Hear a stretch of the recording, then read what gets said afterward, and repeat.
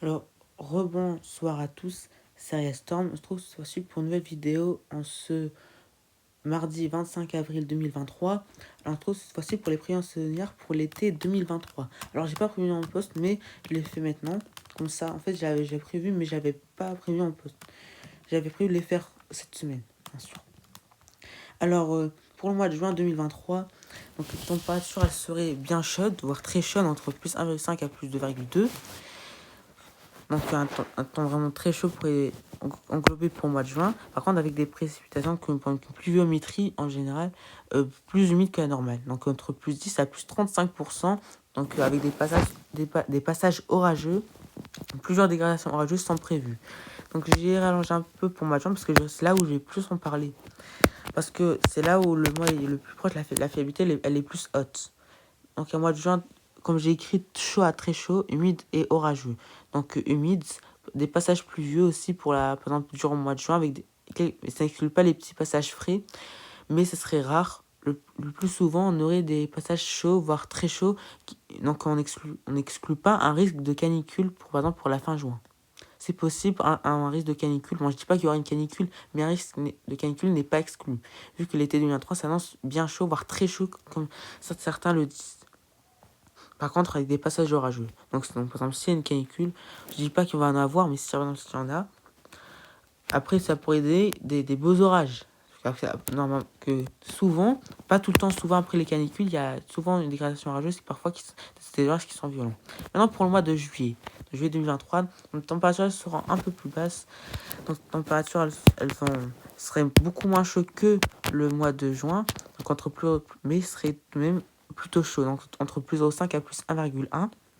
Par contre, avec des précipitations qui seraient beaucoup plus secs qu'à normal. Donc là, il ne serait pas humide, il serait beaucoup plus sec. Mais ça s'exclut pas. Ça ne veut pas dire qu'on n'aurait pas de dégradation orageuse. Il y a un risque de dégradation orageuse. Aussi un risque de canicule. Je ne dis pas qu'il va en avoir, mais il peut tout le monde avoir une canicule. Donc un risque de canicule n'est pas exclu pour le mois de juillet aussi 2023. Donc un mois de juillet plus chaud et bien sec, mais qui exclut pas les dégradations orageuses, voire les orages violents. Donc températures sont plutôt chaudes, mais ça va alterner entre passages un peu plus frais, qui seraient rares, mais le plus souvent on aurait des passages un peu plus chauds. Donc moins chauds que mois de juin.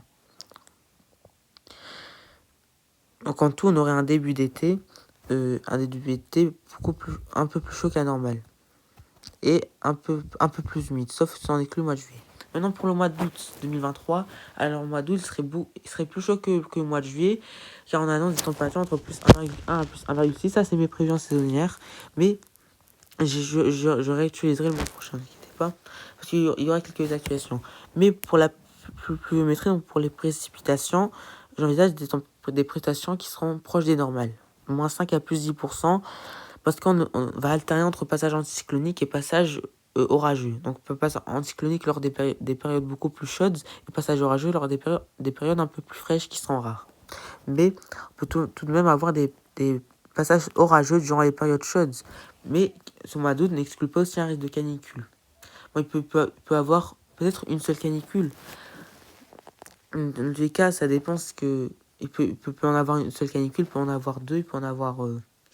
Dans tout cas, mois d'août, il s'annonce beaucoup plus chaud que la normale, plus 1, plus 1,6, et des prestations assez standards. Donc assez proche des normales, bien sûr.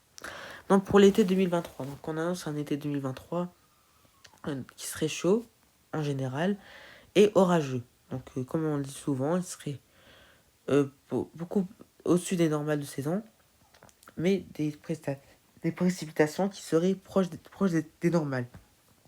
Voire un petit peu plus humides. Mais en tout cas, moi j'annonce un été 2023 avec des précipitations avec une pluviométrie conforme à la normale.